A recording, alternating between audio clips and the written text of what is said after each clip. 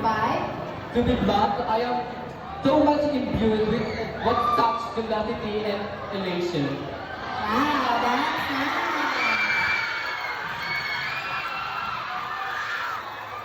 Your question is, what color represents you? Again, what color represents you? The color that represents me, I would say, the color fiery red. This color embodies energy, passion, and determination. The color is recognizing our contract by being part of our faction. The fiery, fearless stallion, just like the stallion symbolizes strength and courage. Fiery red reflects my commitment to our team and the spirit we bring for every challenge. Together, as a faction, we harness this fiery energy to ignite our spirit and achieve greatness. Thank you.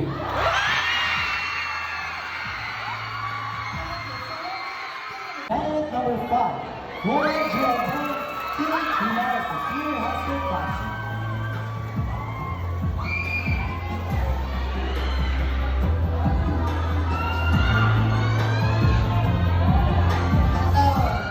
Candidate number 5. I'm feeling good. Thank you for asking.